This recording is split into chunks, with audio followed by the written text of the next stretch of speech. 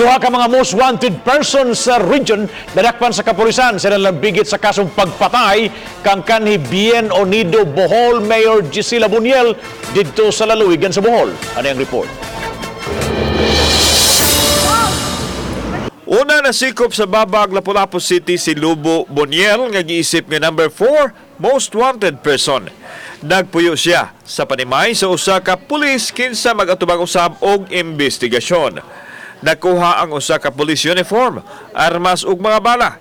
Samtang nadakpan sa follow-up operation si Alan de los Reyes sa Barangay Basak nga giisip nga number 5 most wanted person. It's from Patrolman Nico Ababon kasi the place where he is hiding is owned by a certain Patrolman Nico Ababon. Ang duha nasiko pinagi sa warrant nga gi-issue sa korte.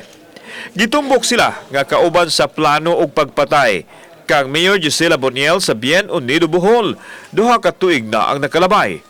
Nagdumili sila sa pagluwat og pamahayag. Are they connected with the murder case of former Mayor Gisela Boniel? Yes, they are in conspiracy. No?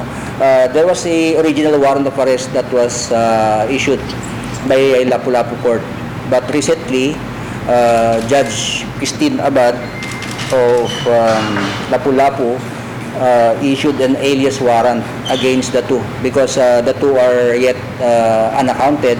Kauban si Godfrey Lian, ako si Alan Domingo. Balitang Bisdak.